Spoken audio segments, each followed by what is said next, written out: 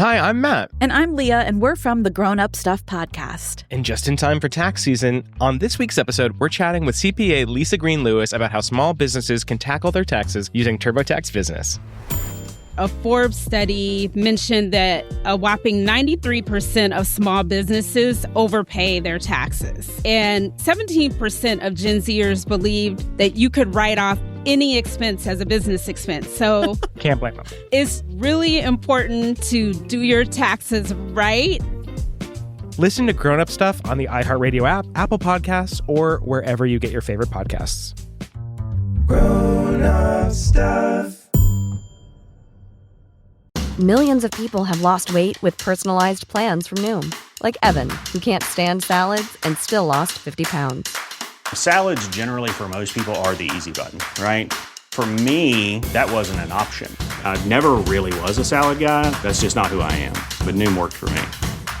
Get your personalized plan today at Noom.com. Real Noom user compensated to provide their story. In 4 weeks, the typical Noom user can expect to lose 1 to 2 pounds per week. Individual results may vary. This is The Wheel Weaves Watches, a spoiler-free breakdown podcast of The Wheel of Time on Amazon Prime. I'm your host, Dani, and I'm joined by my co-host, Brett, and we're here to bring you an in-depth look into the Wheel of Time show. We'll share reactions, episode breakdowns, and relevant background information without spoiling future content from the book series. So let's get watching. Today we're talking about episode 3 of season 2 of The Wheel of Time. Today we're talking about episode 6 of season 2 of The Wheel of Time. Yeah, episode 6 is Eyes Without Pity. Mm-hmm. Now, I know I just said that last episode was my favorite episode, but I don't know. I might need to switch it because this one is just heart-wrenching. I don't like it. Yeah. I don't like this one. I didn't like writing notes on it. I didn't like watching it. Having to and rewatch I went, it. oh yeah, I actually remember that I don't like this one. Egwene's performance is like phenomenal. Mm-hmm. It is amazing, and it makes me feel terrible. Yeah, I don't like it. So, I don't like it at all. Yeah. And it's going to be a little bit harder to break this one down because all of their plot lines are starting to intersect. So we have like a Kyrian group of people, and we have a Shanshan-esque group of people. It was really hard to write notes. Yeah. Sticking to just one character. Didn't work because they keep overlapping. They're all intersecting all over the place. Stay away from each other. Come on. Yeah.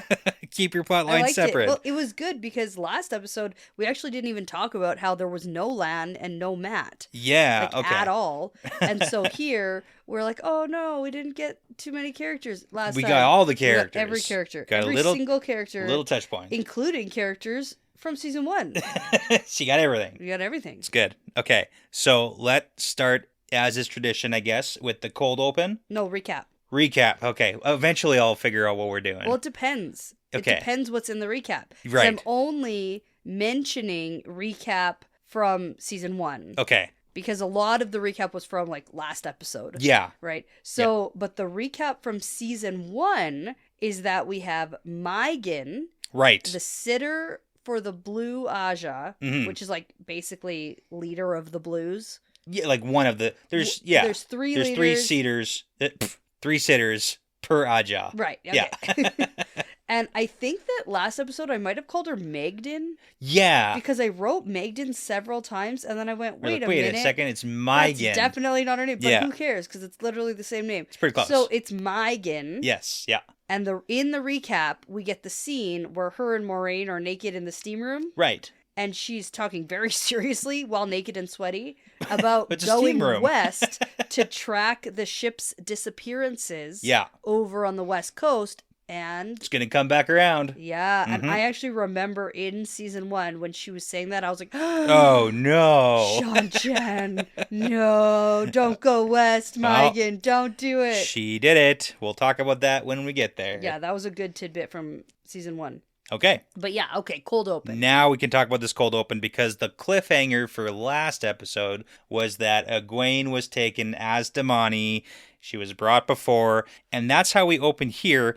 And it starts terrible, and it goes terrible, and it ends even worse. You think that maybe there would be like an uptick at some point, but no, it just progressively digs deeper and deeper. Don't like it. It's bad. Okay. So we can't just, I know you're looking like you're going to skip over it. So we have her being dragged into the cell as Damani, like on the ground by the neck and collar. She's got her hair braided in the style. Like she is 100% Damani-fied, if you want to say that. Yeah, she's in the gray dress. Yep. Yep. And I appreciate Egwene's persistence here to fight back, and like total props to her. Yeah, I wanted to write the word stubborn, but then I crossed it out because that almost has a negative connotation. Right. And like her hard-headedness and yeah. It's like her determination and her will to and not her be broken. strength. Yeah. Like good for her, but the entire premise of this episode drills in that this is way beyond anything that we could imagine, because there's the magical nature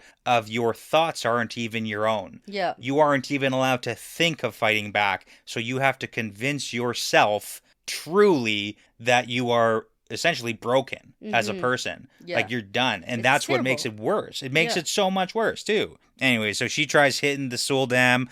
We get a lot of introduction. Any pain the Soul Dam feels, the Damani feels, but worse. Yeah, and it was an interesting introduction because we see Egwene daydreaming, almost like playing out how her fighting back is going to go. Yeah. And at first, you don't realize you think, that yeah, you're nice. like, yes, yeah, get did it. it. This is excellent. She's gonna, yeah. And then it's no. It's ripped away immediately. Yes, it is. Yeah. And I do like these sorts of informational scenes just for, as a viewer, to see the rules of the universe and to see how true those rules are. Again, it's more filling out the Shanshan lore. Yeah, and so we get introduced to Rena being the Suldam, the person who's holding the leash, and she believes in cultivating a friendship between Egwene and her. Even though some Suldam don't. Right? Yeah, we gotta understand that they're fundamentally animals to the, like the Damani are animals. They're kept in the kennels, we're gonna find out right away. Like, you're not a woman. You're not a woman, you're not a person, you're a Damani. Yeah. And that's your role now forever and ever. Yeah.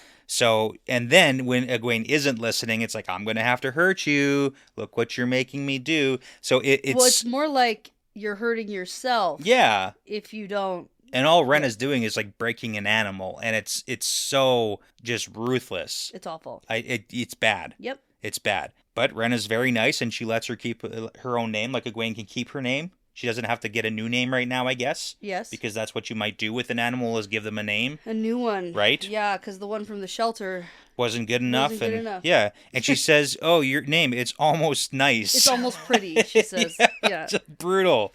Okay. And then when Egwene asks what this place is, Rena says, it's your home now. And we're just going to let this kind of soak in for a bit. Terrible. Yeah. Terrible. Yeah, it's pretty brutal. It's a brutal scene to watch. How long are you going to make me talk about all of this? Well, that part we're done for now. Okay. I want to end on all the Shanshan stuff. I want that to be the second half of this episode. Ooh, okay. I want to talk about all the Kyrian stuff that's going to be interspersed and intermingled. So we're going to roughly keep to plot lines as much as we can. Okay. First thing I want to talk about, Lan and the group. We got Alana, Maxim, Ivan, and a very misunderstood relationship or something dynamic going on. There's a lot of misunderstandings happening right now with that group. Yeah, because last episode we picked up where they had found Lan's little poem, right? The Dark Prophecy, and so Ode they to think that maybe he might be a dark friend, and they're just like waiting for a time that makes sense to ambush him about it. It's so funny because the looks that they all give each other independently during this initial scene where they're camping. So it's nighttime, and then Alana and crew bring Lan to a old broken down temple to the Forsaken. Yes. And Lan's like, it's a temple to the Forsaken. Yeah. That's weird. And they're like, well, shelter's shelter. And they like look at him and he looks at them and they look at each other and it's like, what do you think is gonna what is gonna happen here if he is in fact a dark friend? Yeah. Like, what are we looking for? See if he okay. Yeah, super weird. Yeah. And then Lan's like, I don't think I can go with you to the tower. Yeah, because, shoot. Oh, shoot. Not allowed. Swan needs to pardon me. Yeah, so. And so where is she? Where's she at? Yeah. Do you know where she is? Not sneaky enough. Not sneaky enough. I find it interesting that. So what Alana says, though, is that she's returning from a visit to Camelin. Yeah. Later, we see she's going to Kyrian. Oh. Which is kind of interesting. So I would have to assume that, like, if we're keeping, like, truth of the matter, like, let's say, assume that Helena is because I had accurate. some questions. Yeah. For in Kyrian later. Right. So maybe, like, we don't know how good Alana's information is. Like, to the best of Alana's knowledge, she might think that Swan is returning from Camelin. We don't know that she doesn't know exactly what's going on. Like, maybe she can't outright lie. She can't outright lie, as far as we know, assuming that Alana's not Black Aja, right? And that lying is the thing, right? Oh my gosh. There's a lot of question marks there. Okay, sure. Mm-hmm. The issue, like, very possibly, Swan was in Camelin, took a detour to Kyrian. So as best Helena knows, she's returning from Camelin at this point in time. Yeah, because the timeline gets a little wonky by the end of this. Yeah. Absolutely. It goes TV time. Yeah, which is like, it doesn't matter. We have to fit it all in. It's a little bit of a longer episode, too. Is it? It was. Oh, I didn't slightly. notice. A little bit over, yeah. We got a couple extra minutes, I think. So. Okay, interesting. Yeah. So we get some conversation back at this, like, little Forsaken temple. Lan asks if the Forsaken had power Aes Sedai, like, have lost. Like, were there weaves that they knew? And they kind of have, like, this roundabout conversation, like, oh, you never know. It's so weird. Who knows what you would do depending on the situation. Like, it's very, we're all trying to be sneaky because they think he's maybe a dark friend. He thinks, like, I don't know, maybe he thinks they're dark friends. Like, I don't know. Well, he's trying to get some information from them, but I don't think he's very sneaky. Like, I don't think that Lan has ever... Usually Moraine does this stuff. Exactly. Lan does not do the talking. Yeah. And Moraine does do the talking, I would say, typically. And so he's trying to do his roundabout way of finding out about where Swan is, right, and also where we might get some information about curing, stilling, or all learning that more stuff about the Forsaken, because the Forsaken took her. Yeah. Yeah. And the fact that Lana's being so sneaky about everything makes it worse, because if we assume that they truly believe he might be a dark friend, which it seems like, it just makes it all bad. And that's why I said it's a whole bunch of misunderstanding from a bunch of different parties. Yeah. Assuming everyone's like, good guys. Where you going, old friend? Yeah, so that's the thing. So Lan tries to sneak off because we hear, like, Alana and at least one warder fooling around in the tent, and then Lan's like, I'm out of here. Diversion? Yeah, it seems like it was a diversion. So Lan sneaks off. Maxim interrupts him, and he's like, where you going, friend? We're to sneak off. And then Lan's like, I'm leaving. And then Ivan comes up and he's like, don't use your weapons against us. And then Lana comes up. Just uses the power. Use the power. So, and then he's like, fine, God, I'll tell you everything. Well, because she's like, if you don't tell us the truth, we're going to kill you. Like, that's it. And Lan has no recourse here. Well, and at this point, he really is just trying to help Moraine, it seems. Yeah, yeah. Like, he wants to get to Swan because he thinks that Swan will be able to get through. Or, like, do something. Like, maybe there's the connection, yeah. But they start reading the poem to him. Yeah. And then he's like, shit. Like, he knows. Here's the thing. Oh, we found the Dragon Reborn. And I need to tell Swan right now. Yeah. And then just doing, like, a little bit of skipping ahead, because that's basically the end of the scene when he tells him, like, we found the Dragon Reborn. I'm glad that he told the truth, I guess. Like, what's the alternative? But we cut later to Swan, and this is the scene that we get after we saw Moraine writing a bunch of letters in this episode. Yes. Like, attempting to anyways. Nice little crossover, crossfade. Yeah. Yeah, there's a lot of that, too, which makes it really hard to talk about without skipping, like, back and forth. Yeah, it really is back and forth in this episode a lot. A lot. But anyway, Swan's in her little carriage. She hears, like, the cart stop, and the guards are like, stop, who are you? What's going on? And then she prepares her own weaves to, I guess, defend herself. A jillion knives. Out of air. Shooting out, which is pretty good. I got it. Great. That's a good one. Good. I would do something similar, probably. Would you? Maybe. I mean, I guess maybe, like... That's your go-to? Fire also. Fireballs. No, but then my cart's going to get lit on fire. Oh, yeah. Air knives. Yeah. Yeah. Okay. Anyways, it's Lan. It's Lan at the door. Lan's here. So he intercepts Swan going to wherever she's going. Like, okay. So here's she my was in interpretation. Yeah. So maybe it's my fault for taking just everything that has been said at face value. That huge mistake. Big mistake. Don't do that. Okay. Because it really looks like there's no one else traveling with her. Yeah. Like, there's not a long procession of carriages. Mm-hmm. And so I would assume this is Swan on her way back to the tower from Camelin. Yeah, but also, like, why wouldn't the Amyrlin travel with a bunch of friggin' people? Well, no, she was basically traveling Like what? Does the She had a literal guard. queen of the Aes Sedai... It's not an entire huge procession where there's like tons of Aes Sedai with her. Mhm. She went clearly by herself Okay. with a warder, with guards. It's Yeah. not like, I'm not saying she's like literally ambling down a countryside road Yeah. alone, Yeah. but it didn't look like she was traveling with a huge procession. Yes. And at the end of this episode, huge procession. And look at the people in the procession. And they all came from the White Tower. Yeah. So, but Lyanna, last episode, Mm-hmm. it sounded a lot like Swan wasn't in the tower. Yeah, I know. So, like, this is the problem. The timeline's a little bit fuzzy. I think we can make it work with some simple explanations. If Swan was, in fact, doing some sort of mission to, like, Caemlyn, Yes. she's on her way back in her little carriage. Lan and Alana and crew intercept her and are like, hey, we got to go to Moraine, who's in Cairhien. Yeah. They divert and go to Cairhien, and in that time, they call for reinforcement Aes Sedai to meet in Cairhien. Okay. And all show up together. And we're just assuming that all of this travel can be done pretty quickly. Yeah. Because What do you want me to say? well, okay, so because I was thinking, Yeah. because we got to talk about this at some point. Sure. Last episode, Selene and Rand go to a cabin in the woods, Yeah. slightly away from Cairhien. Sure. But not so far away that they can't make it there that day. Yeah. From that cabin, Moraine and Rand run and get some horses. Yeah. And then Make it back send the lady on the road to Tarvalin Right. from that cabin, which supposedly isn't Wherever far the from stable Cairhien. was. Wherever the stable was. Right. And Yeah. so it's supposed to be like a day or two Maybe. riding the horses. Maybe. to- Couple of days. Yeah. Yeah. That's the timeline is fuzzy, and honestly, I don't need to work out a per day scenario do. here. Oh, I do. Well, here's the thing. You also have Out to of everything here, that's the one thing I can't I need believe. to know exact number of days. Yeah. Everyone is in their different places. Yeah. Right? Mm-hmm. I mean, it's just I don't have any good answers for you, but I think if we don't have to dwell on it as much to try to ruin the episode here.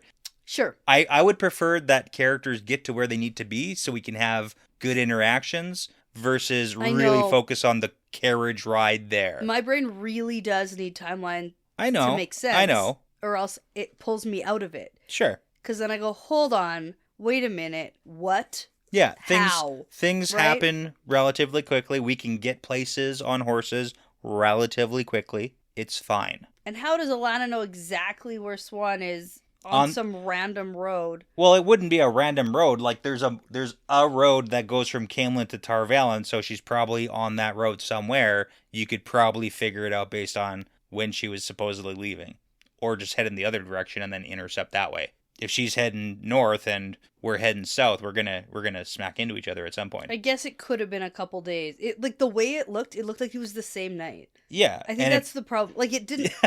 I guess yeah, it doesn't have just because to it was have at all happened nighttime doesn't mean it was at the same nighttime. The same nighttime, Right? Because they're traveling. Yeah. Okay. All right. Let's move on. Good enough. Okay, there we go. So that's the little touch points we're gonna do there. Okay. Next, we're gonna jump into some more of the Cairhien plotline, which is Rand, Lanfear. We're gonna throw and splash some Moraine and crew in here because yeah. they're all mixed up together. Well, because we actually opened the episode. Yeah. Where we left off the last episode. Yeah. In the dream world. Rand strapped to the wheel. Teleranriad sequence. Yeah. With Lanfear and Brand. She's in the getup. He's on the wheel, and like super buff. Oh yeah. Like wow. He's great. He worked out. Sure did. Good for him. Yeah. Okay, so now we have Lanfear, who's gonna... I feel like she's playing good cop, bad cop with herself. With herself. Yeah. Yeah. Right now, she's doing good cop. Yeah, because Rand is saying, listen, I trusted you. You want me to actually listen to what you have to say? How am I supposed to trust you when I'm all strapped to this wheel? Yeah, look at this basically. situation. And Terrible. then So, she's like, okay. So frees him of the bondage, and she says, I've been protecting you from a Shamail this whole time. I've been keeping out of your dreams. And then I'm the good guy. I'm the good guy. I'm the good cop right now. And she does talk a lot in this episode about Rand and Lews Therin in his previous life. Yeah. She's like, this is what you did in your last life. You pushed away everybody because look, where's all your friends now? They're not here. Yeah. So it's not going to work. Yeah. And then we have Lanfear, who tries to start making Rand turn on Moiraine because she's like, ooh, look at all the strings Moraine's pulling. Oh, yeah. She brought up the, like, Kyrie and stuff. She brought Logan. Yeah, she set all that stuff up. And then Rand's like, okay, tell me what Ishamael's planning because that's the ultimate goal. Yeah, where is he? Yeah, where is he? And she says, I have one condition. Don't see Moiraine anymore. Yeah, if we're going to work together here. And then he wakes up from his dream. Yeah.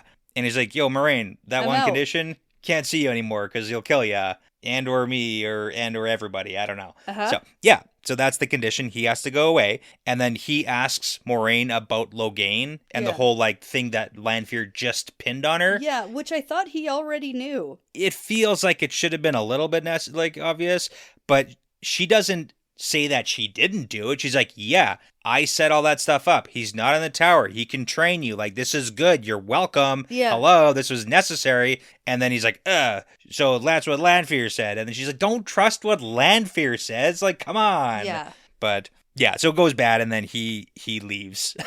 Basically, yeah. Yeah, he walks out because now he's got to go away. He can't be part of this anymore. Yep. So we're going to get a couple more Rand scenes here. So we got Rand having like a weird dream sequence thing. And he wakes up all covered in blood. And it's like a vision. There's blood everywhere. Oh, yeah. I wrote down, no more dream protection. Yeah. This is Lanfear making a point. Making a point, right? Yes. It's Lanfear making a point. So he's having a vision of him killing everyone he loves. Yes. There's Matt and Perrin and Egwene and Bloody and Swords. Nynaeve, and too. Yeah. everyone's dead. Everyone. And he did it clearly. And he's going crazy. And then Ishamael appears. Is like, this is what you're going to be doing because you're crazy. Yeah. And then Lanfear shows up all of a sudden and then banishes Ishamael. And she calls him Ishi. Yeah. I like that he has a nickname. Yeah, it's good. It's yeah. funny. And she's like, see, I was protecting you. So Yeah.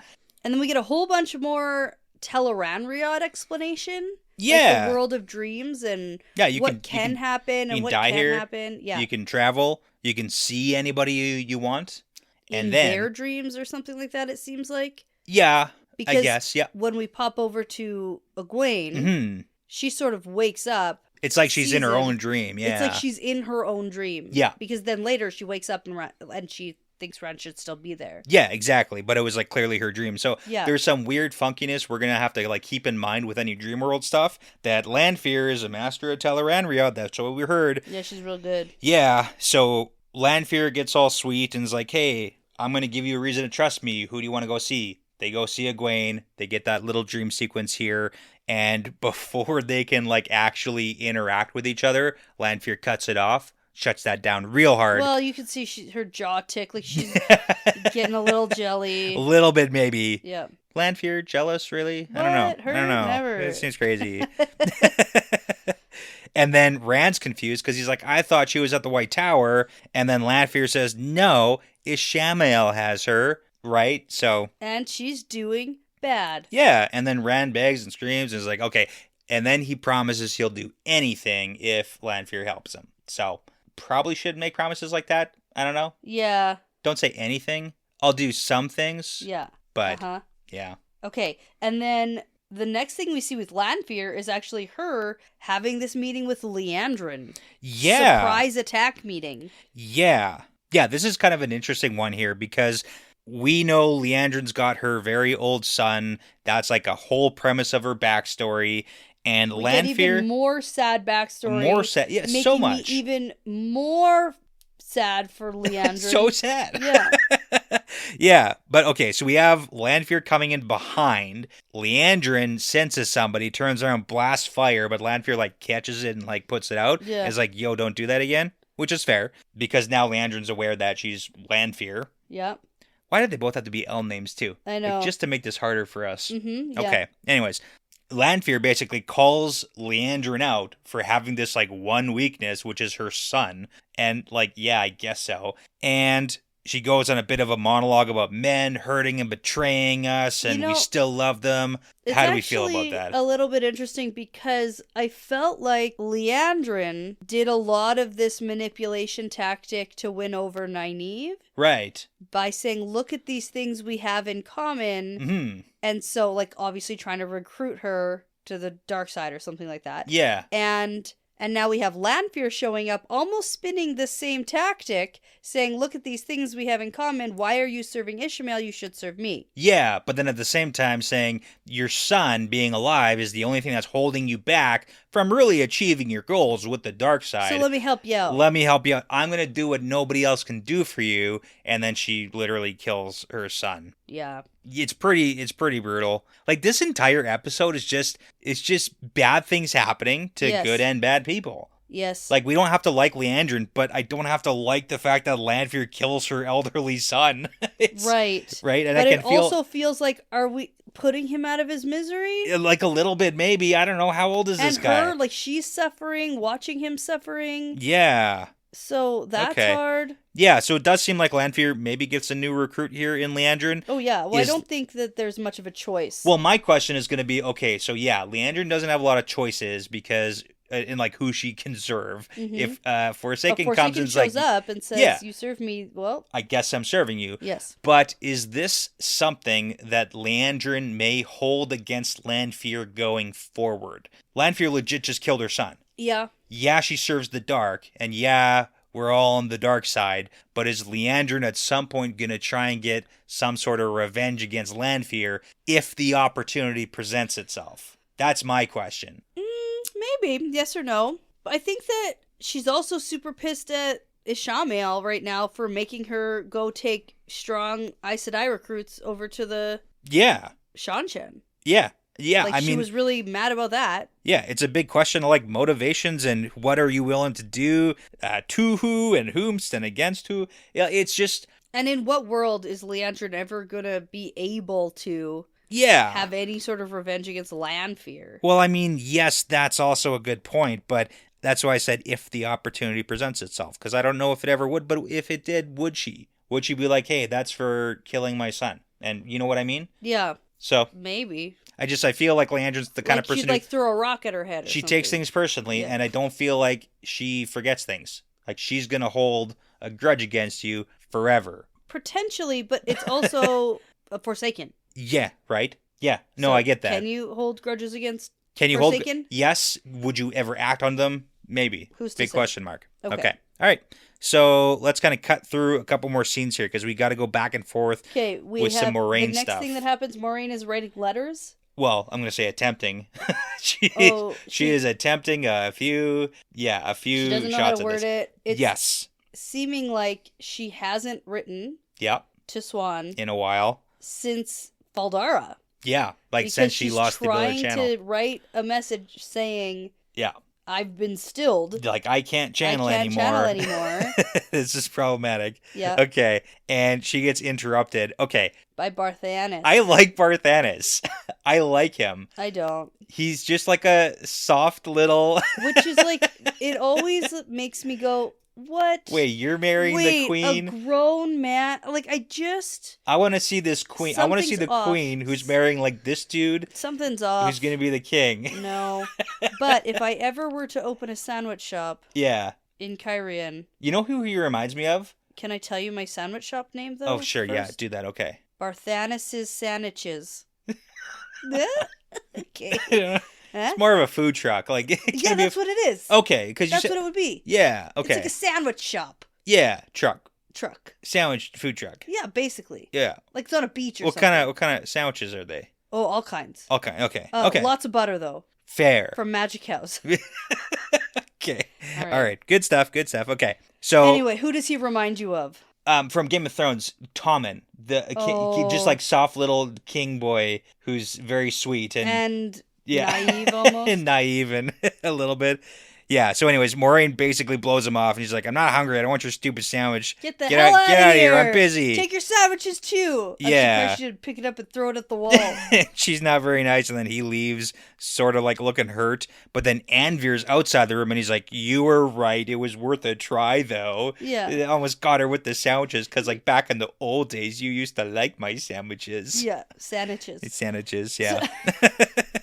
And then that's when Anvir busts in and is like, that's it. You were mean to my son. You're mean to everyone. You're terrible. I don't like you. You're acting like a butthead. And then there's some more backstory about how their dad was dying. And then the only thing their dad wanted was Moraine. But Anvir was the only one here. What was so important, Moraine? What? What was so important that you didn't come back for her dying father? Maybe it's Nunya, Anvir. Yeah, well, it is Nunya because she doesn't answer, like straight up refuses. And then Anvir says, "Get out, then." Yeah. And then Maureen's like, she's like, "Get out of the house and get out of the city." This and is my house. Maureen's like, "I'm the oldest one. This is actually mine." Yeah. And then Anvier's like, "You're our mother," and I guess that's a huge insult. Burn, huge burn. Okay. So anyways, she goes back to, like, Maureen goes back to writing the letter to Swan that she was trying, and Anvier leaves. So that's it. Okay. Now we can do the next scene. We got Rand and Logain. Yeah. Yeah, it's a quick scene. Super quick. Not a ton happens. Well, I mean, a little bit. So Rand's back to visit Logain because... He's like, okay, teach me then. Gotta learn how to channel, I guess. I need to know. Yeah, crash course, real fast here. And then Logain's like, I spent years figuring out how to do this. You know, why? That's the worst mentality, though. Yeah. Just because you had to struggle learning something it doesn't mean everybody has to struggle learning that thing. Yeah, and Rand kind of takes that route in a little bit more direct way. He's like, hey, you're gentle now. You can't do that anymore. If you want any place in history, it's like, as my teacher. Yeah. Like, that's it, man. That's the only thing left for you. You show me how to do it. Yeah. And it works. Yeah, and it's a very human mentality. Yeah, like I do understand it. Logain wanted all these things, and I was never going to get that. Mm-hmm. So I understand that side. I do like the contrast in the male side of embracing the power versus the female side. Because with the female side, we've got all the lessons for the White Tower, where it's like, embrace it, surrender to it. You're floating down the river. Yeah.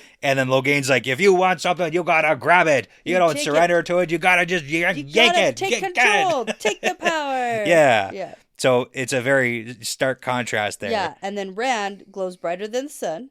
Brighter than the sun. Just much. Like Maureen said last season. Yeah, and Logain's like, whoa, man, that's too much. You're going to burn yourself out. But then Rand freaks out and throws up, and then he's like, there's no time to learn. And I wasn't really going to talk too much about this. The throw up? Yeah. Why? It's bad. It's bad throw up. It's like the bad wigs. You don't like the fake bad. throw up. You can't, There's no heaving. We're immediately done throwing up after we have like a little bit of stuff fall out of our mouth. That's not, I've been sick. Yeah, that's not how it goes. That's not how you are sick. Yeah. And same with Egwene. There's a throw up scene with her too. Oh, man. And it's just like some stuff falls out of her mouth. And you're like, I want to see everything come out. I would just rather like act as though you're really sick. Like, whoa. That's good acting right there. I wish everyone could see that because they would be like, wow, that is true performance of throwing up. I would just rather not see fake vomit, you know? Fine. Okay. It takes me out of it again. Right? Like that. Yeah. I just don't like that. It's like the eating. Yeah. And like these little things that just take me out of the scene we're in. Sure. Whatever. Okay. It's just my hot take. Okay? All right. No, that's fine. That's fine. You can have those. Okay. So Rand freaks out because he's like, there's no time to learn everything. And then Logain tells him, with the amount of power that you have, dude, like, you can do anything and you can fight anyone. But then we have zero follow-up for now on if that's going to continue, like the training. Is this a mentor-mentee situation? Like, I don't know. Like, we were kind of left hanging. I'd like it to be. I like Logain. I like Logain. Yeah. Yeah. Like, very good character, great actor. Crazy. And I love the craziness. Like, yeah. I can get on board with this version of crazy. Yeah, me too. So, but yeah, so it cuts to Rand leaving and walking through the Foregate, and he hears a familiar voice. And now we can talk about Matt. Because he's what here. We didn't talk about, though? Yeah. Matt and Min showing up and walking through Party Town Foregate. Let's do that, and Matt loving it. Matt freaking loves it, and it makes sense. You know, I honestly love the vibe of the Foregate. Like, it does, it feels like a unique place in this world. Like, when I see it. I like that there's, like, puppets and mascots and dicing and drinking and pubs and. Like, whenever we cut there, I can immediately recognize it as, like, oh, we're in the Foregate right now. Yeah. So it's pretty fun. It's a good vibe. So Matt doesn't want to leave party time. Min's concerned because we know the true intentions here. She's been like hooked into this. Bringing Matt here. Yeah. Yeah. And we're going to cut to a little bit later here. Min is sucked into a world of dreams. Yeah. Telerenriad, I would guess. Like, if it's weird, I'm just going to assume it's all a dream, yeah. It's a dream of some form that Ishamael's pulling you into. Yep. And we get a neat little side note here where he says, you could have been a prophet and rich beyond your wildest dreams with this gift. And it's I think it's he funny. says you could have made a profit, a fortune, like with your gift. No, you could have been a prophet. You could have been rich. Like, she could be a prophet, seeing visions. Oh, I just thought it was like, oh, you could have made a real Made good a profit. profit. Not like the PH kind, not the F kind.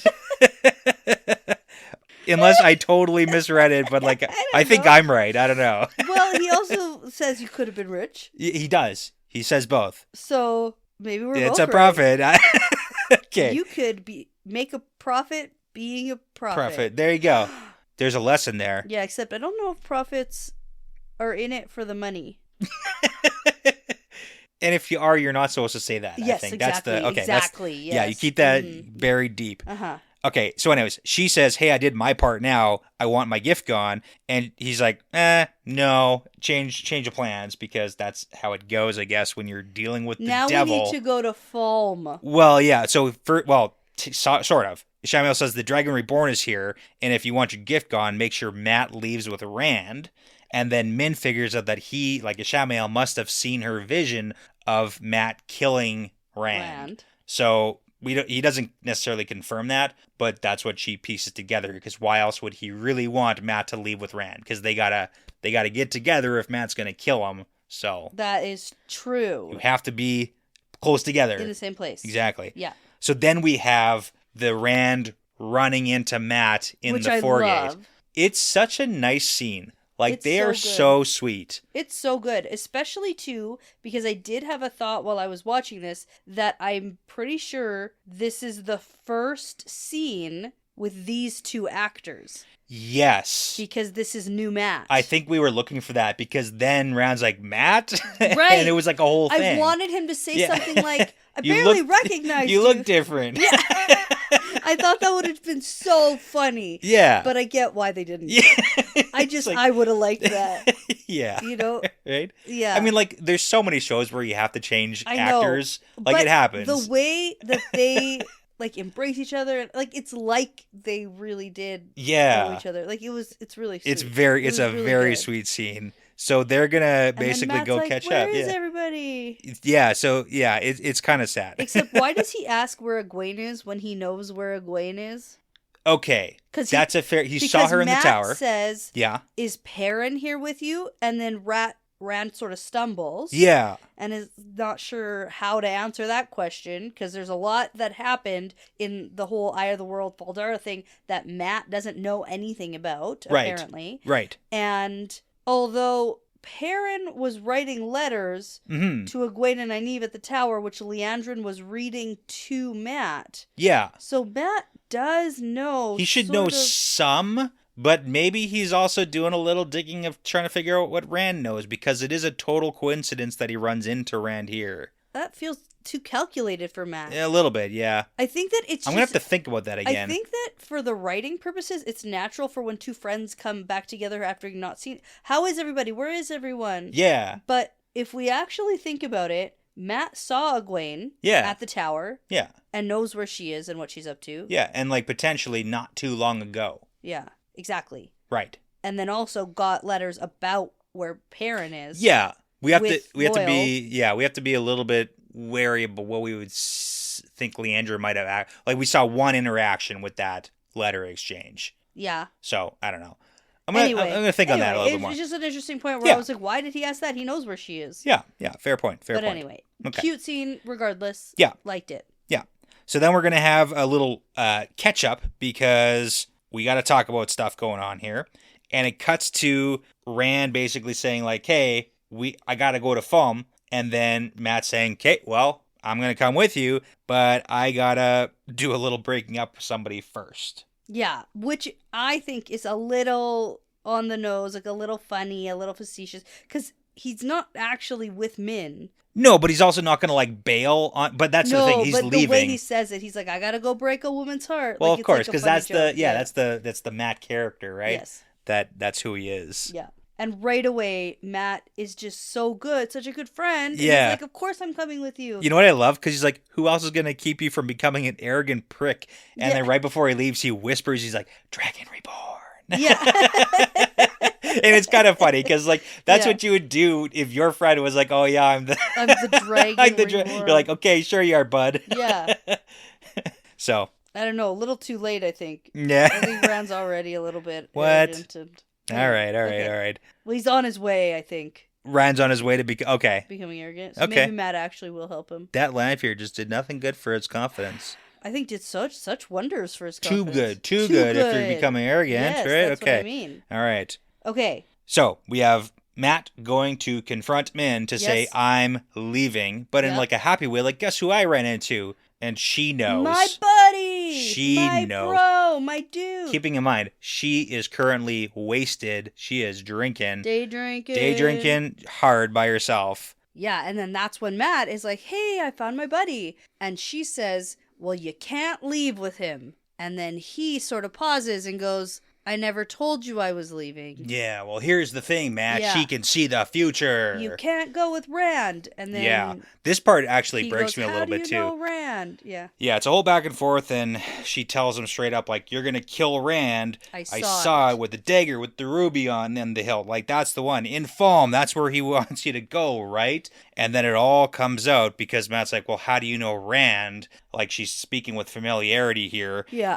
And then realizes that this is like an entire setup, and then basically calls out on the fact that this was not just while they were in but like all before. Yeah, and then he's hurt because he's like, I thought we were friends. Yeah. I mean, and it's so painful to watch this scene, too. Well, this is really the first time that he's made a friend outside of his little village. With everyone he's grown Yeah. up with. Right? Right? So, Yeah, and it's like betrayal. well, It's pretty brutal. You gotta learn the ropes in the real world. I guess so, but yeah, it's pretty bad. And she warns him because he's leaving. She says, if you love him, stay away from him. And that leads to the scene with Rand waiting. And Matt watching through Waiting. screen or something. Yeah. And then Matt's and like, not yeah. going. And I so just wanted him to. I know. I wanted him to go because you're not going to kill him. No, you're not going to do it. Just go with him. Because it's like redemption for Right. him. Because Yeah. the last time he was with them or with Rand, Yeah. he didn't go. He didn't go. He flaked. And then it seems like he's flaking again, even though this time it's like for a good, noble reason. He doesn't want to kill you by accident or whatever happens. Or whatever, yeah. Yeah, like, I just can't imagine the situation. Like, come on. So, But yeah. then turns out Rand isn't going anywhere. Rand isn't going. He gets intercepted because then as a whole, everybody's here. Alana, the warders, they intercept them because that whole procession we'll talk about in a second. Right. But they all get here, and yeah, he can't leave. Okay, how did we know Moraine was in Kyrian? How did Lan know that? How did we know to redirect? Yeah, I'm thinking. Are we assuming that it had been a little while? I'm just thinking if we saw anything directly Did and Moraine from who. write letters and just didn't mention the stilling? Moraine did write a letter. So here's the thing. We didn't talk about this. Oh, to the White Tower. Moraine finally settled on a letter to write, and then she delivered it and said, deliver it to an Aes Sedai, the Blue Aja. They'll make sure it gets to where it needs to go. Okay. And we see Swan in her little cart with that letter. I'm pretty sure we? I think it's the same seal No. that's on that letter. No. I think it's the seal. What we see is a flash between Moraine's stack of letters Right. with broken seals. Yeah. And then we flash to Swan writing a letter and sealing it with the same white seal. Okay, maybe that's what I saw. So what we were seeing is that Swan has been writing to Moraine and not getting anything in return. Possibly, or maybe... Or not getting any thing of substance. I feel like we need more information to figure out exactly, like, we might get clarification. That's how Swan knows where Moraine is, because she's already been writing her. Yeah, so I think that's going to be the like, we might be able to get a little bit more clarification on exactly how, but anyways, they figure out where Moraine is. Yeah. And with this whole letter, like the scene that we kind of like the one last scene that ties us all together, she goes to Barthanes' room. Like Maureen goes to Barthanes' room to apologize. Like, meet in the kitchen or something. I don't know. The rooms look the same, and he's something with sandwiches again. I don't know. There's so many sandwiches in this episode. And then it's like, sorry about being a giant bee. M's being a giant bee, but I actually like your sandwiches, and they were good when you were young too. And they still and they still are good. Good sandwiches, bud. And you're going to make a wonderful king, and you're kind and you're thoughtful. You're going to make us proud. It's very nice and sweet. And a little bit of like, okay, she was in bad headspace. Yeah. Right? You were trying to push your sandwiches on her. It was bad time, man. Yeah. Bad time for sandwiches. Anyways, this cute little scene gets interrupted because Anvir is here to say, yo, the Amarylline Seed is here with 14 Aes Sedai, and she's demanded an audience with you. And then we cut outside to the procession, and we see the whole big meetup. Yeah. So every Swans, Aes Sedai that we've met in this show basically, so far. yeah. Yeah, Jessica, Leandrin, Varen's here. Like, all the big names, like, we're all here. And Leandrin says, hey, Swan, the last time we came to Kyrian with 14 Aes Sedai, we installed a new king on the Sun Throne. So, like, okay, that's... I guess that's the Aiel Ward times? Or a different time? We don't know. But the last time there was something this big and important, it was because they were installing a king on the throne. Okay. That's a big deal. And we know right now there's a queen on the throne. Yeah. So... Yeah, so... Weird. Okay. And then Swan kind of deflects and says, well, maybe this isn't as important. Like, maybe I'm not as dramatic as that. Anyways, that's the scene that we kind of end on here. Okay. So there's going to be a big meetup. Rand isn't allowed to leave. We're all here. I guess we're having meetings. A meeting. We're having one big, giant meeting. Everybody needs to be there for the meeting. Feels wild. Yeah. And again... with the whole travel time and the whole how did everybody get here and what is going on it's and only how long hard has to it been? It's only hard to understand if you think it happened in the span of like 3 days. But if it's been like a couple of weeks, not so bad. Okay. It doesn't have to be the span of like a day and a half. It could be a couple weeks. Okay. And then like that makes the timelines a little bit easier to understand. We just don't need to see weeks of traveling. No, that's true. Pooping in bushes and stuff. Like, I don't need to see that. But the letter Moraine wrote to go to the White Tower. Right. She writes it. We don't know that it went to the White Tower. She said, get in the hands of the Blue Aja. That could mean a lot of things. Okay. We all know they have networks of like... Yep, nope, you're right. Eyes and ears everywhere. Yeah, okay. So, just saying. It just felt zippy-zappy. It felt like everything was happening within days. Yeah. And then... Because we have 8 episodes to know. get the entire book I know. and get it done. We have 1 hour per episode. I know. Yeah. I know. Okay, let's take a quick break. Sure. And then we can switch to the other side of the world. Right. Literally, the West Coast. So we're going to do all that Shanshan stuff. Okay, we'll be right back.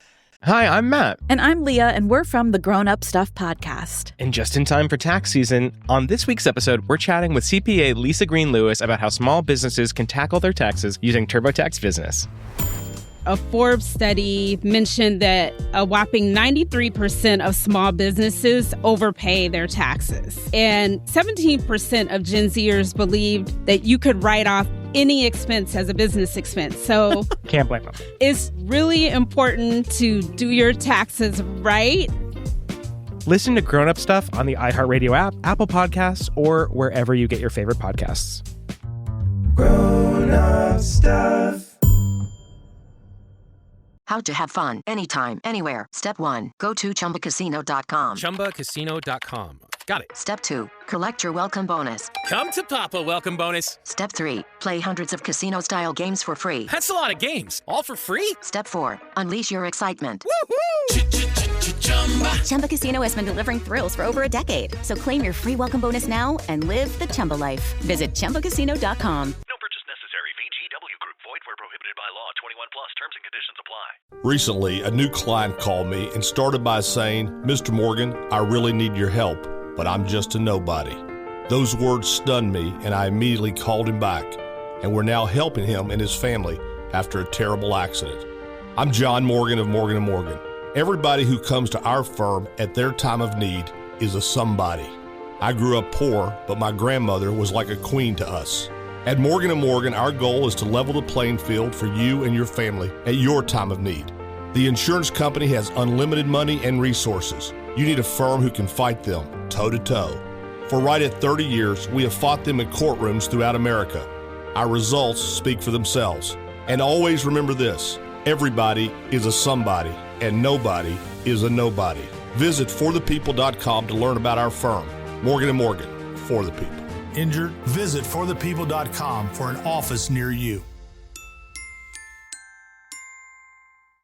Okay, so we're back. Yeah. And we're going to jump over to the West Coast. Right. Where things are going worse. Bad. Very bad. None of this is good, but it's so exciting. Like the development in story, it's phenomenal. All right. And it's quite true to source material. Oh, yeah. Yeah, like a lot of these plot, like a lot of it is we get to see a little bit finer points on a few things. Yes. But like a lot is really sticking to what actually happens. Yes. I appreciate that. So, Cool. Now, let's start off with the Shanshan. So we have Loyal, Ingtar, some of the Shienarans. They are currently like servants. Yeah, Dakoval. Dakoval, yeah. So we get like a phrase of it, but they're basically serving Suroth on a little dinner party that's happening here. Little afternoon tea party. Well, it's definitely like a of the blood party, like all the fancy folk. Yeah. So even though Suroth has had her fingers chopped off. Yeah. No, fingernails.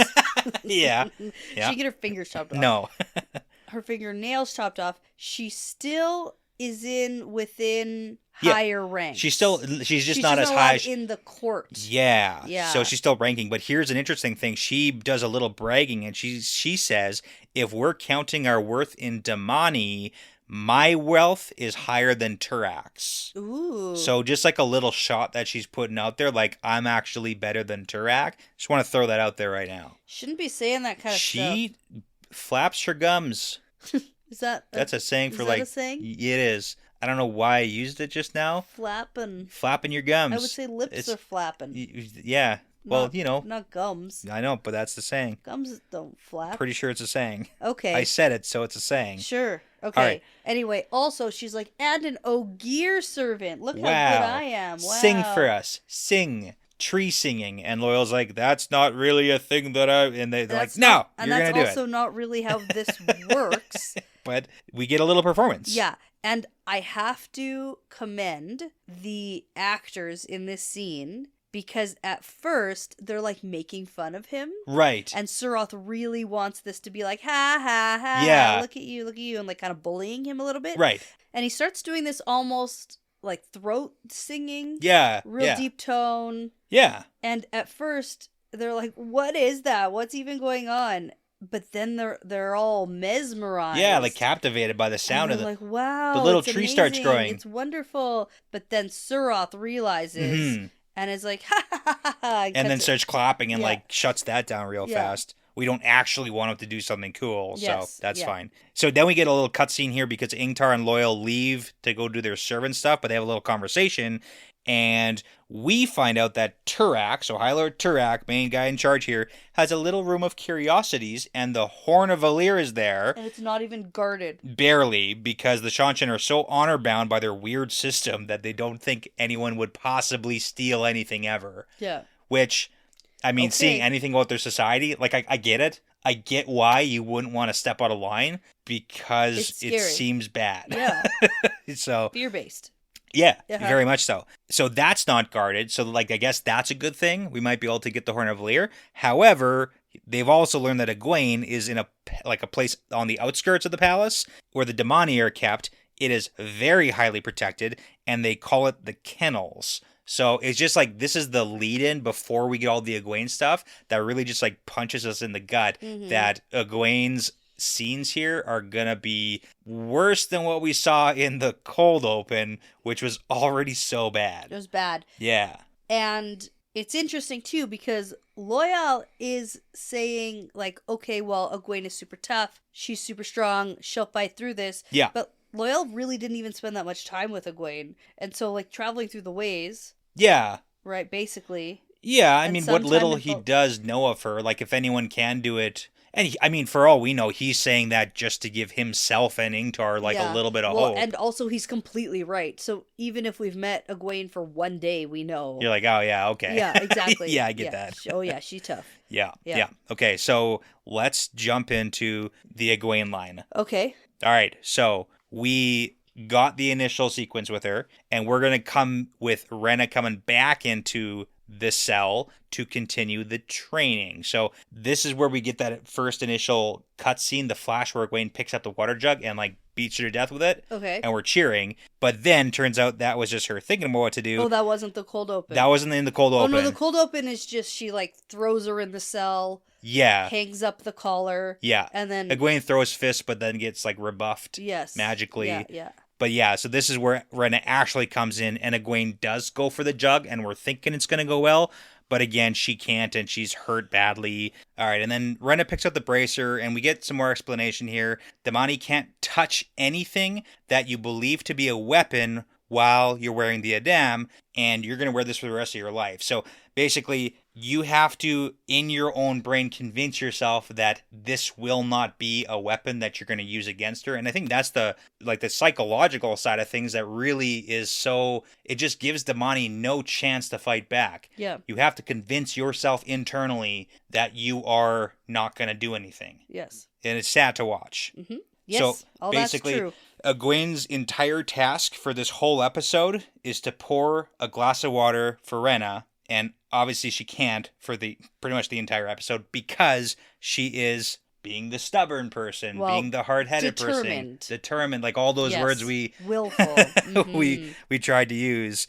And there's not going to be any more training until Egwene realizes that this is it. And I think that Rhenna's character does such a good job of like walking her through and breaking her down as like, this is your life now. Like watching Rhenna do this, like fantastic performance of this role. Oh yeah.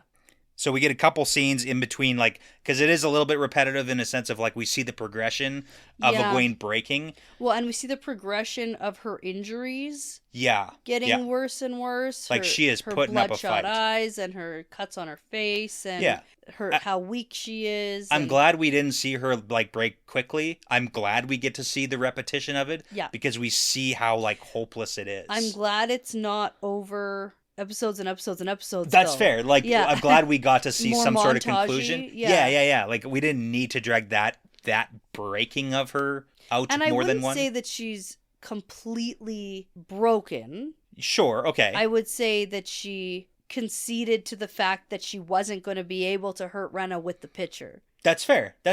We don't get to see like her. We don't have a like dialogue from Egwene. And we really don't have any internal. We don't have internal thoughts. Yeah. So like hopefully we get some sort of the like. only time we do get some internal thoughts is when she's like berating herself a little bit after her Rand dream. Yeah. And then she thinks Rand is, because realistically she thinks Rand is dead. Yes. Yeah. She's like, pull yourself together. Yeah. Exactly. She's trying to like pep talk herself. She's like, get a hold of yourself. Get a hold of yourself. Yeah. Yeah. Now, one of the interesting things that happens here, too, is right after the dream sequence there, she hears someone in the next cell repeating over and over and over the rules of being Damani. Yes. And then Egwene is sort of having like a one-sided argument with her, saying, we're not Damani. What's your name? I'm Egwene. Yeah. Like, we could get out of here, basically. Yeah. But this woman, because we don't know who she is at this point. She's very broken. She is broken, and she's just repeating. And there's a pause. There's a hesitation when she can clearly hear Egwene talking, but then it picks up again. So, yeah. A couple more details I thought were kind of interesting here. And again, this is just like Rhenna giving backstory to Shanshan and the culture and the Okay. Adam. Yep. So the leash is called the Adam, and it was a sister of the White Tower who created it. Egwene doesn't necessarily believe that, but it's one of those things where does Rhenna need to lie about that? At least the story that she knows, like that seems like a true story. Yeah, I didn't question it. Yeah, and it's also sad because in a lot of the phrases and things that Rhenna's saying to Egwene, she's repeating things and she's saying things to Egwene that we know Egwene wants to hear. Like, you're powerful, you're special. Didn't they tell you how special you are? And it's like, I know Egwene wants to hear that. More than anything. But not from you and not like this. It's so bad. Mm-hmm. Okay, so then we got a little sequence where we have Rena do an exercise with her to focus on the tree, and they connect. Yeah. Do you feel that? Do you feel the affinity? Do you feel how we're whole when we're connected? Yeah. But that's only because she's connected with Egwene's power. Yeah. But Egwene doesn't like miss you. She has her own power. She can feel it. Yeah, like what's the relationship here? Yeah, but I wonder if when she's wearing the Adem, like she can't channel by herself. It seems like you cannot. Yeah. Definitely not. And so maybe that's what it's like, okay, I'm looking for you because I want to be able to channel. Yeah, yeah. So like I want to be connected because I want to channel, so that feels good. Mm-hmm. So it's a messy situation. Even after this lesson, after they do the whole like tree lighting on fire thing, which is pretty cool and then sequence. they just like leave it there to burn. Yeah, well, I mean, it's Damani training.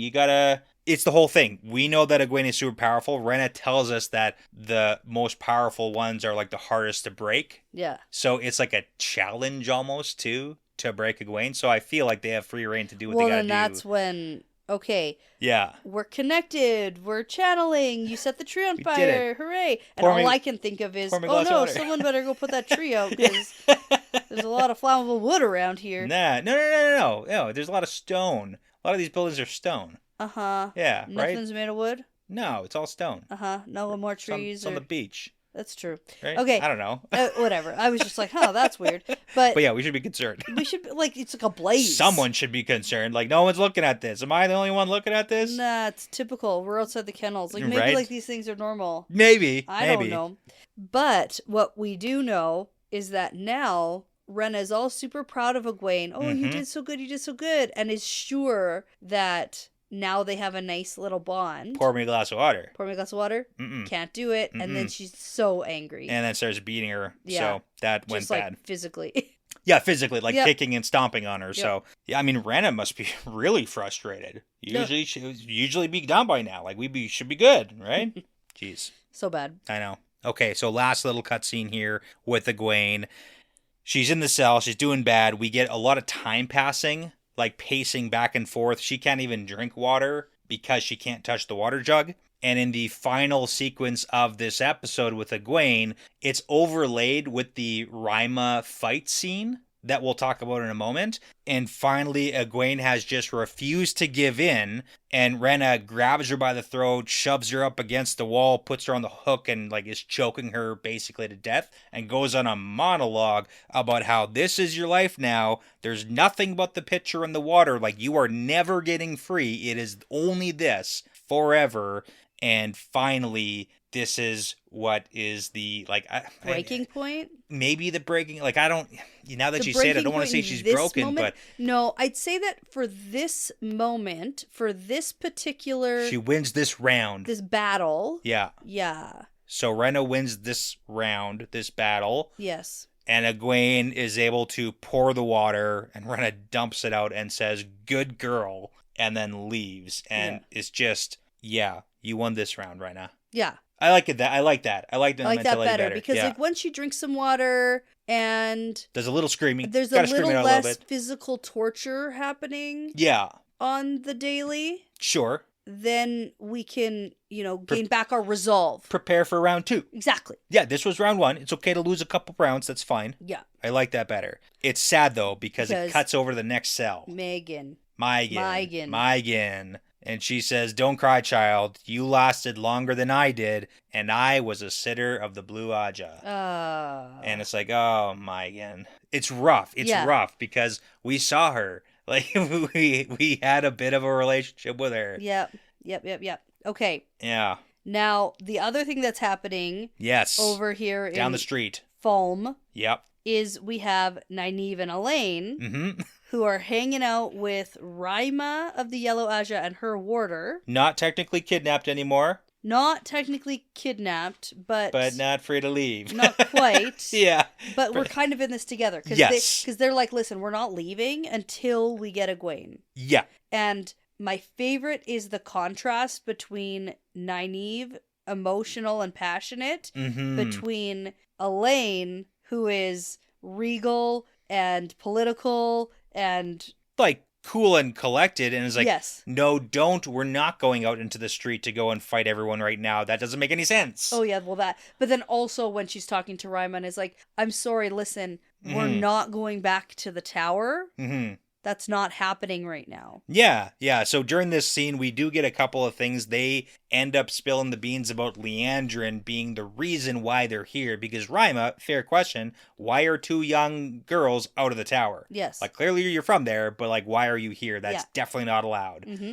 And they point the finger at Leandrin and basically say, yeah, she's Black Aja. And she tried to give us to the Shantan. Like, that's what happened. And Ryma's like, oh, dang. Oh, no. Yeah. And is this the first time in this series that we actually get the Black Aja? No, well, with Varen and stuff last and Jessica. Oh, yeah, Jessica. Yeah, they said, okay. Because the way Ryma said it, it was almost like a reveal. The Black Aja exists. But it's like, it does seem like it's something that was whispered about, like, ooh, like people talk crap about the tower and like, oh, but nobody actually believes. No one actually believes it, but it's like, turns out these rumors about like evil Aes Sedai may in fact be true, and that's world shifting in your views. That's the worst. It's bad. And because now Ryma says, okay, well, if it's true, all sisters are in grave danger, and she wants them to go deliver a message because it can't be trusted to just like a pigeon, I guess. Yeah, like and then that's when they're like, we're not going anywhere. Yeah, we're not going. We came here, we're getting Egwene. Yeah. Now, little touch point here, Ryma tells Nynaeve and Elaine that she's spoken to a ship captain here that she trusts. He'll take them to the tower, and we don't get any more follow-up, but that there's like a side plan for escape. Ship captain. We get no follow-up, mm-hmm. and I don't think we get any more information about it either. No, so when Ryma goes out and Elaine and Nynaeve are left alone, one of them says something about we can't wait for the ship captain. Oh yeah, Nynaeve says like if the worst comes the worst, like you should go on the ship. Yeah, like one of us needs to get out if things go down. Yeah. So there we have that. Okay. Now another thing that picked up here, we know Damani are patrolling the streets right now, but they have Ryma and Basan, her warder, they have an Adem because Ryma finally says, you know what, if you're staying and we want to help Egwene, we have to figure out how to open the Adem. We have to figure it because, like, otherwise we can't. She can't escape. We got to get this off. Like that is critical, and it makes sense. And they are having a heck of a time. So we get like a couple of sequences here. Well, we get a. Why do you have this? Yeah, we do get a why do we have this? Let's do that first. Okay. So, well, it's because a bunch of Aes Sedai 2 died, and the sitter for the blue was taken. It was taken. Yeah, so Ryma tells a story about like how it all went down. They heard rumors about the West and the strangers and the strange beast and all those things. The Amaryllis sent a few sisters to investigate, but they didn't realize how bad things were until they actually got here. And then they couldn't get out, basically. Yeah. So when I was looking at those rings, it looks like, because Ryma pulls out 3 rings, the blue one for Maegan, we know that already. Green and brown. And then I thought it was a gray one. Green and gray. Might be brown. It was hard to see, and my eyes aren't the best, so it's fine. I thought it was brown, but... Okay. Well, one of those. Okay. One of those. What? Yeah, you know what? A gray makes more sense. Yeah. To go than a brown, unless the brown wants to document it for a book. Fair. But the gray is a negotiator. Right, okay. Of some kind. So, like... Yeah. I don't know. So then we get a couple of scenes where they're experimenting with the Adem. They have to keep the power that they're using very small because the money are patrolling the streets. You can feel other channelers, so you got to keep it low so you don't get spotted. And then we have Ryma and Elaine working on it. And then Ryma wants Nynaeve to get involved too because they need a little bit more juice. Give it a go. And it's like, that's a bad idea. And then she can't. She can't. The first time. She can't, yeah. And Ryma's like, you don't try to help. You just help. Just do it. Just do the thing. Yeah. Because she's trying to connect. Yeah. Unfortunately. Because they had a connection with, because like. The herbs, the healing. Herbs and the wisdom. And it's all very cute. Like, I love that she's yellow. It's very cool. Yeah. And Nynaeve needs like a yellow mentor. Yes. Because like you're a healer. You're the wisdom. That's what you do. That's what you want to do. That's what you're obsessed with. Let's get some yellow influence here. Not friggin' Leandrin all the time. Like, why? Yeah. Those are bad ones. Yeah. Okay. So Nynaeve overshoots it, does a blast of power. By a little bit. It seems like a lot of it because because she has no practice and but no like control. the speed at which they're like, oh shit, we just got found out. Yeah. it had to have been like, oh yeah, they're right there. Yeah, like a beacon. Yeah. Like I have to like assume. the bat signal. Yeah. Here. Just went up with an arrow pointing to where they are. Exactly. Yeah. Well, and because we know that Nynaeve is such a powerful channeler, yeah, that even her just like little blast of light was probably wild. Yeah. Okay, and one thing I want to point out, because Rima, even though we get a blast of power, Rima's like, hey, what did you feel when you did that to the Adam? And this thing sounds like utterly evil, because Nynaeve says it feels like it needs to be healed, and the only way it can be healed is to be like to put on a woman to collar her. Yeah. It's like that sounds bad. Mm-hmm. Don't let this thing heal itself. Like this is destroy it. Yeah, that's the only way it opens. Yeah, like yeah. But then is there any way to take it, like how do we take it off? How do we get it off? Yeah. Unheal it. I don't know. Mm-hmm. So Basan knocks and they've been discovered, and Rima's like, they're here to find a channeler and they're going to find one. It's time for you two to listen and do what I tell you to do. And it is a very sweet sequence too. Rima gives the rings to Nynaeve. Yes. And tells her to free their sisters, and then gives Nynaeve her own ring and says, can I trust you to bring this to the flame? Because Rima knows she's going down here. That's what she wants to do. That's what she wants to do. She knows this is the end for herself. Because she says we have to give them a channeler. They know there's a channeler here. So, yeah, and then she calls her sister. And I do like that, because it's like a little connection here. Yeah. Now, I just wanted to make a point, because when we see the Damani and Suldam come on down the street, I've been in some conversation with people in our Discord, and people have been talking about the like pacifiers, they're calling it, or like the gag in the mouth when they're out in battle or whatever. Yeah. And so Matt in our Discord posted a Wikipedia link about the iron bit. Okay. And it's an actual historical reference. Sometimes it was called a gag, used by enslavers and overseers as a form of punishment on slaves in the southern United States. And the bit, sometimes depicted as the scold's bridle, uses similar mechanics to that of a common horse bit. And the scold's bridle, however, is almost always associated with its use on women in the early 17th century. Yeah, so a lot of historical reference. Yes, so that's why. So yes, it's kind of like weird. But yeah, it is weird. Yeah, but that's the point. It was weird then too, in real life. It was weird then too, but the historical concept of this type of gag or bridle being used on... Yeah. And that's one of the coolest parts about the book series itself, is that there are so many like literal historical like references. Kind of reminds me of The Handmaid's Tale. Yeah, it's all from events that have happened like in this history. It's not that crazy because it's all happened before. Yes. So so now we have basically the end sequence of that we're going to talk about here today. Basan, the warder, exits the building because Rima and Basan are putting up one last fight here. The Damani are here to take them down. Soldiers are coming in from everywhere. And then I love Rima's swagger as she exits. It is like she is, and there's a wink. It is so cool, and it's go time. Huge fight sequence. And this is the fight sequence that cuts back and forth with the Egwene scene where Rena is finally winning this battle against Egwene. Right, yeah.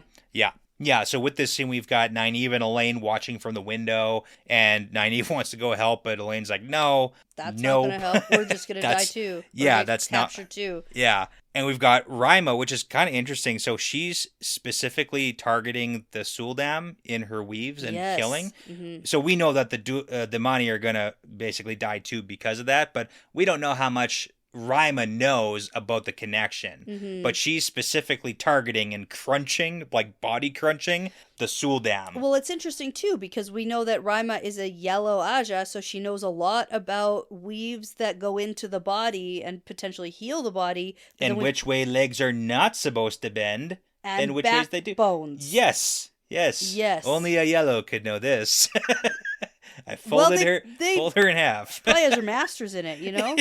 Yeah. Yeah. If you fold them into a cube, it'll kill them. Right. Mm-hmm. There you go. Yeah, so if you know how to heal someone, probably you know how to unalive someone too. But we know that she's clearly bound by the Three Oaths, and she's not allowed to attack somebody with the power, except for in the last Yeah, last defense of her life, or that of her warder, or another sister. Yeah, I mean, very clearly, like, she feels threatened. Yes. I think she can kill whoever she wants to here. I agree. Mm-hmm. Yeah, but anyways, okay, so we get some arrows taking them out. So arrow hits Basan, arrow hits Rima. It seems like they know it's over. And the plan is for Basan to kill Rima so that she's not taken. Yeah, but he hesitates. And he can't do it. Well, he's going to, but he hesitates. And in that hesitation is when the Damani kills him. Yeah. So it's the issue is not that he wasn't going to, it's that he hesitated. He hesitated, and that's a hard thing to do. Yeah. And unfortunately, that means that Rima kills one more Suldam, but then she's collared and taken. And that's how that ends. Not good. Not good. Like, everything has gone poorly when we're facing the Shanshan. Like, I don't think we've come out on top once yet. In any form. No. Not yet. Hopefully soon. Oh my gosh. But not yet. Yeah. So they're just a force, right? Like, that's what makes them the undeniable evil, even though they're fighting the literal Dark One. Yeah, well, I we mean, talked about that last time. I haven't seen them fight in the Dark One. I know Turok said it. They talked about it, but I haven't seen them fighting any Trollocs yet. No, and I've also seen Suroth not be fighting the Dark One. Yeah, it specifically seems to be lined with him. Yes, so, exactly. Okay, yeah. Okay. All right. Yep, that was a tough one. All right. But a great episode. That's good. On to episode 7. All right. Yeah, 2 to go left in this season, and season 3 comes out so soon. So soon. That's really exciting. Mm-hmm. All right, and as we say around here, it's part of the pattern now. Yeah, it's part of the pattern.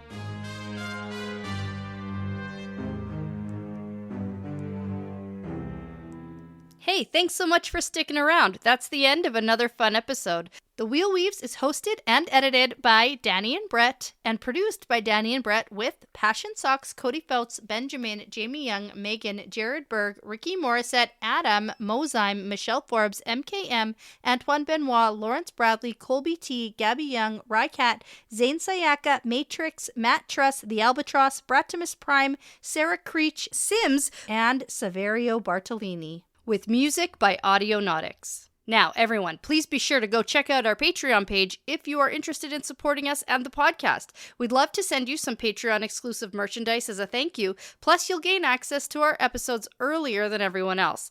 And, at the time of recording, we have almost 50 bonus episodes for your listening pleasure. Find all that and more at patreon.com/thewheelweavespodcast. As always, please be sure to give us a 5-star review because it really does make a huge difference in helping other people find us. And be sure to tell a friend, Riyadh, because referrals really are the best compliment. For general information about our show, like how to send us shot glasses, how to join our Discord, and how to get in touch with us, visit thewheelweavespodcast.com. Thanks again for listening. This really is part of the pattern now.